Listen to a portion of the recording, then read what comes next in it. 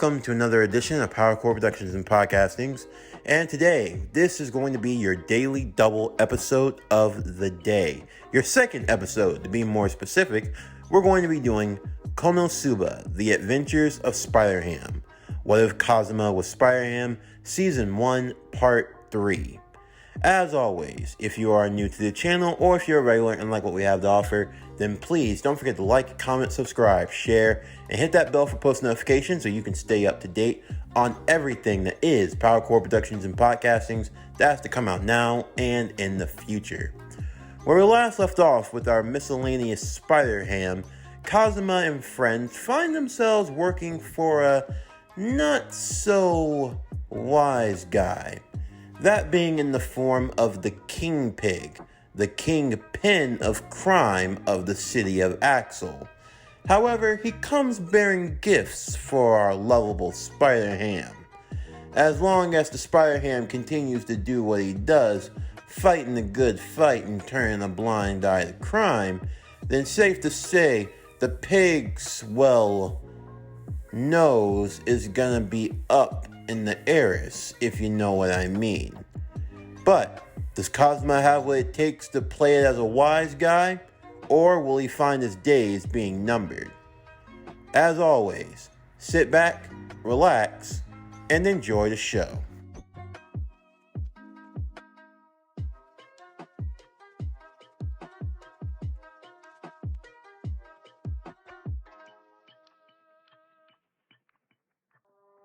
Kazuma walked into the Salty Splatoon, the toughest tavern in the city of Axel, making his way through as a private banquet was being held, as the notorious King Pig stood on the center stage.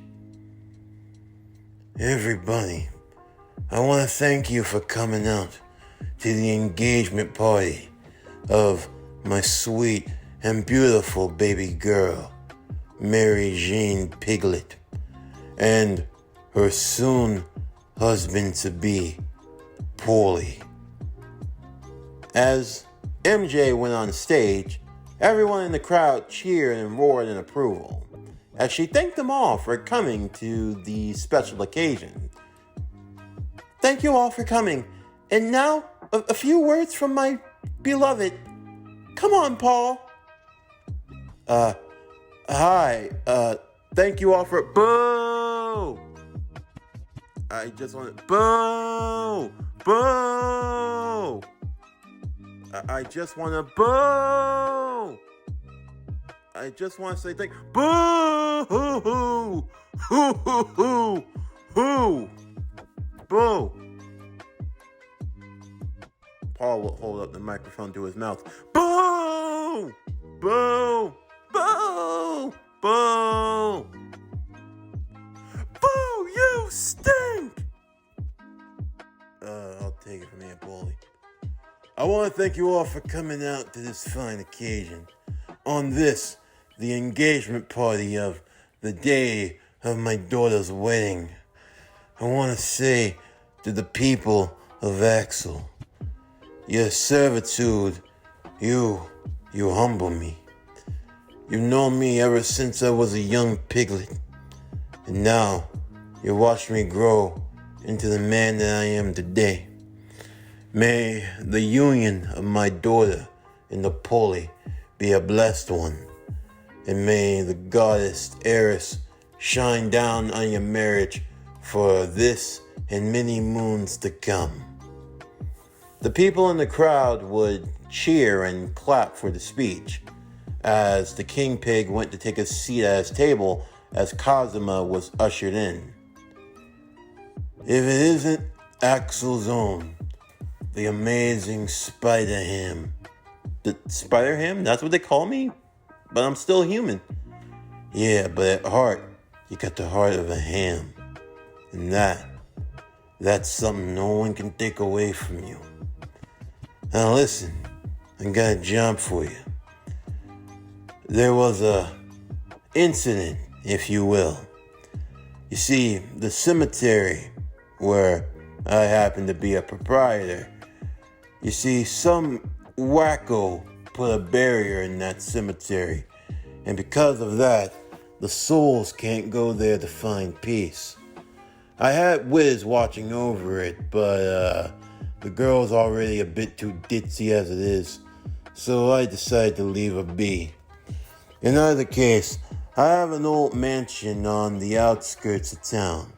I don't particularly use it anymore, and I know you've been looking for a home. So the way I see it, if you can clear out the ghost inside of the mansion, then I will personally give you the mansion as a favor. A mansion? You're gonna give us our own mansion? Wait, what's it gonna cost? Cost? Who's talking about cost? I'm talking about the principle of the whole thing. You see, a man that does not stick by his principles, he's worse than scum. He's like a rat. You know how I feel about rats. I hate rats. Can't stand rats, Kazuma. Do you know what it's like? Do you know what it's like to deal with a rat? I once had to deal with a rat in my younger years. I gotta say, it was a shame too. Big rat Sally. Couldn't trust him even for a moment. He was always two-timing, always hot dogging, always grandstanding, only to find out that he was the one stealing the cheddar. What happened to the rat? Oh, I did with the rat like I did with a lot of people. You see, when you cross me, I forgive a lot of things. A lot of things people can do to me, I forgive. Honestly, I think I should be the new God because, I do all this forgiving. I do more forgiving than the goddess Eris. You know what? Forgive me, Eris, for I have sinned. But even still, do you know what happens when a man goes back on his word? When a man acts like a rat? You want to know something about a rat? Once a rat, always a rat. And you want to know something about those rats? They invite more rats. And you want to know something about those rats that invite more rats? They invite infestation. And do you know what happens with infestation? They end up spoiling the whole bunch. And when you spoil the whole bunch, then the whole bunch ain't good. And I don't like it when I gotta throw away the whole bunch. So I did to that rat like I did with a lot of rats. And I put that rat out to pasture. Safe to say, that rat ain't gonna be singing no more songs unless he's singing a song to the goddess Aqua, because his lungs is gonna be filled with so much water, that's the only God he's gonna be able to preach to. Safe to say, Kazuma was not too keen on ending up like this rat. But don't worry, you ain't got no rat in you, right? Right. So, that means if you hear about these reports, these rumors about me, it means you don't go sticking your nose in business where it don't belong. Right? Right. That's right. Because you ain't a rat. What are you? A hero? You're a pig. You're a pig. That's a hero. Pigs ain't rats, Kazuma. Remember that. Kazuma slowly walked out of the bar. Remember, Kazuma, pigs ain't rats. They ain't rats. Never rats. And then there's you. King Pig pointed towards Paulie. If you don't treat my baby girl right, you're worse than a rat. And you don't want to know what I do to people that are worse than rats. Hey, is this a party or is this a party? Someone pop out the champagne. In the meantime, Kazuma and his friends would go to the mansion. Aqua would stand on the outside as she could sense all of the ghosts that were moving about, while everyone else just went in and decided to make themselves at home. Not having to sleep in the pouring rain and in the colds of the stables signed Kazuma up. He finally had a chance to move up in life, to actually be somebody. Although even still, The idea of these ghosts were a bit alarming, but still, they had an archpriestess that didn't take crap from anyone. So, in the end of the day, they had nothing to worry about. At least, he hoped. In either case, though, everyone was settling down for the night. Kazuma eventually finding some reclusion in his room as he decided to go to sleep.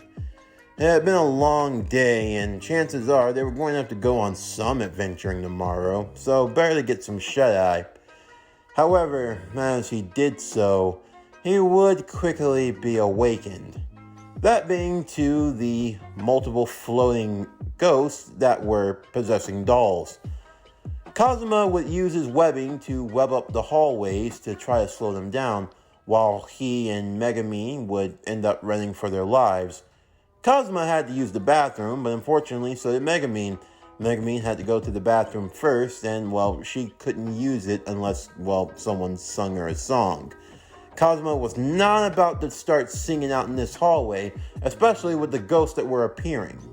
As he used his webbing, he would slow them down as fast as he could, but still, the ghosts were ever persistent, and no amount of web fluid could stop a ghost. Before they knew it, both of them were trapped inside of the bathroom like scaredy cats, or a scaredy cat and a scaredy pig. Although, even still, everything was a bit overblown, as Aqua, who didn't take too kindly to the ghost that had drunk all of her bubbly, had been going about using Return of Dead to the highest of degree, eventually dispelling almost all of the ghosts. Of course, they were compensated for what they had done. After all, there had been a mission assigned to the guild to get rid of all those ghosts, and as such, it was looking like it was going to be a nifty payday. That was, though, until Kazuma found out some unsettling truth. That being that the only reason why the mansion had so many ghosts was because a certain archpriestess decided to put a barrier around the graveyard because she was too lazy to send the ghosts up to heaven properly every single night like Wiz was doing originally. So she just decided to put a barrier, believing that the ghosts wouldn't go to the graveyard and they'd just fly off somewhere else, only for them all to congregate in the mansion. I don't have to tell you why we can't take the reward, right? Kazuma would say. In the meantime, though, there were other things to keep them busy, such as a new foe that had arrived. He was a rather large man, kind of overweight on first glance. However, he was a very, very powerful foe. He was known as Toadman. Toadman, king of the toads, walked around in a big toad suit, although a lot of people confused him for a frog. Spider-Ham found himself engaging in the city streets with the likes of the toad-like figure. Yo, what's with the frog guy? Kazuma would say. I'm not a frog. I am Toadman. And I have come to seek your head, Spider-Ham. Me? What did I do? You and your damn party. You go around killing my toads all the time like it's no big deal. I'm the king of the toads, and I will stand for it no longer. You know your toads go around eating people, right? Your toad tried to eat a child. So, it's the child's fault. The child's fault? What is wrong with you? Silence! I had enough of your lies. Now, I'm going to summon an army of toads, and they're gonna trample all over this city. Toadman would then pull out a summoning contract, ready to summon a horde of his giant toads. However, before he could do so, Kazuma would use his webs to quickly grab the piece of paper that could be used to summon a large horde of slimy toads. This then became a mad dash all through the city's streets, from building to building, from rooftop to rooftop, as the two engaged in battle. Toadman had a large range of uncanny toad-like abilities. from a large tongue that wrapped around Kazuma's body as he slammed him from building to building, along with his large like legs that allowed him to leap incredible bounds. Safe to say, the battles only took a turn for the worse as he started using his assortments of slime. From the acidic slime, the poison slime, the stinky slime, the sticky slime, as well as the slick slime. Safe to say, the town was covered in assortments of goos and slimes and things of that nature. And to make matters worse, he had managed to get his hands on the summoning circle needed to call forth his army of toads. The ground starting to rumble as just outside the city walls, there was an assortment of toads making their way. Even once Kazuma had managed to catch Toadman, they still had to deal with the large army of toads that were coming. Thankfully, they could buy time for Megumin to use her explosion, but in the meantime, Kazuma was going to have to slow down those toads as quickly as he could. He would use his intellect to the best of his knowledge. Along with Aqua, they would create a large field of water, attempting to slow down the toads as they went hopping about. As they got stuck as the ground started to turn into slush and mud, long enough for Kazuma to use his webbing to mix in with the soaked ground below, causing the toads to all be stuck into place, Megumin would finish them off with a large fiery explosion that would engulf and destroy the entire assortment of the toads. Toadman would be taken to jail, and the day would be saved, although they ended up incurring a lot more debt than they could have afforded to at that moment. Because unfortunately, even though Kazuma had done them a great service by bringing in Toadman, you see, collateral damage has to be paid by someone, and even though you're a hero and you technically saved the day, well, you have to, pay for the damage you caused. I mean, otherwise you wouldn't get involved in the hero business. Of course, for Kazuma, that made absolutely no sense. I mean, if I didn't fight him, he was gonna destroy the city. Yes, and we're extremely grateful to you, Kazuma. Truly we are. But still, money is money, rules are rules. We're only taking a deduction out of the reward that would have been needed, but that still leaves me with a lot of debt. Yeah, so could you mind paying that? So much for an easy life, Kazuma would think. The only thing that could satiate his mind, though, was the allure of the succubus bar down at the Salty Splatoon. Safe to say, he had heard rumors about the succubus bar, hearing how, for just a little bit of one's own vitality, you could get the dream of a lifetime. And for Kazuma, he already knew the type of dream he wanted. Although that dream slowly turned into a nightmare when he accidentally ended up, getting darkness to wash over his entire body, and only to find that the succubus hadn't actually given him a dream, but had actually been cornered by Megumin and Aqua. Of course, Kazuma had two choices in that moment. He could either confess to what he had done and suffer the shame of being outed by the succubus, or he could feign ignorance and save the succubus's life. Safe to say, Kazuma made his choice, as he transformed into a pig as the three girls stared him down. The poor little succubus girl telling him to run and to not throw his life away. However, the pig looked back to the beautiful bat-like girl. There are some things in this life you just gotta fight for. If you can't die for your dreams, then what's the point of even living? Bring it on, bitches! Safe to say, the mansion became a brawl for all. In Kazuma's pig form, he was actually able to put up a decent fight. Darkness ended up giving him multiple German suplexes all throughout the mansion, and Kazuma responded in kind. And to be honest, Darkness kind of liked this. He was so rough and so, powerful in his pig form. In the pig, the ultimate sign of sloth. To be thrown around by such a man. Oh my. Well, safe to say, the fight was more than enough of a distraction to get the succubus out of there, and Kazuma still got to feign ignorance, pretending that in the end of the day, that he had just been under mind control the whole time. Although that lie quickly ended up being a facade when Darkness realized that he knew the truth. But all in all, though, things seemed to be going well. For the most part, Kazuma was getting good support for being the amazing Spider-Ham. And there wasn't any villain that he couldn't take down. That was until... People of Axel! People of Axel! All of you, prepare for evacuation! Adventurers, please come to the guild! It's an emergency!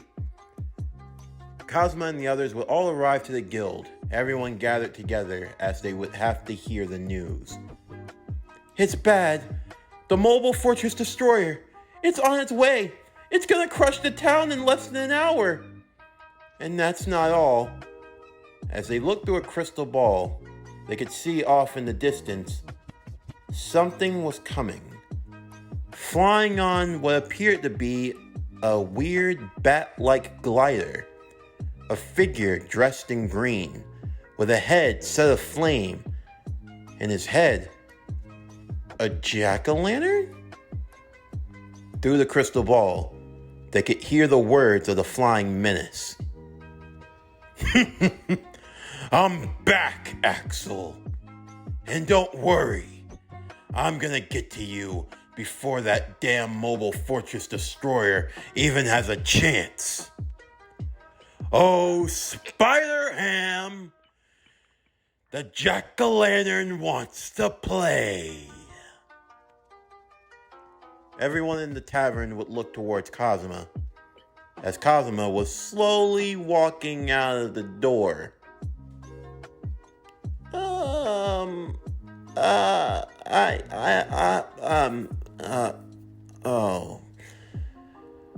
Okay. Kazuma transformed into his pig-like transformation, donning the red and blue. Safe to say, this battle was gonna be a battle for the ages. This concludes Konosuba, The Adventures of Spider-Ham. What If Kazuma Was Spider-Ham? Season 1, Part 3. This does it for the end of the afternoon daily double. Come back tomorrow afternoon as we'll be having yet another exciting story here on PowerCore Productions and Podcastings. If you haven't, make sure you check out this morning's video, as well as staying tuned for tomorrow's video and everything else that's to come out now and in the future. I'm Javon Harrington with PowerCore Productions and Podcastings. Signing off, and I'll see you next time.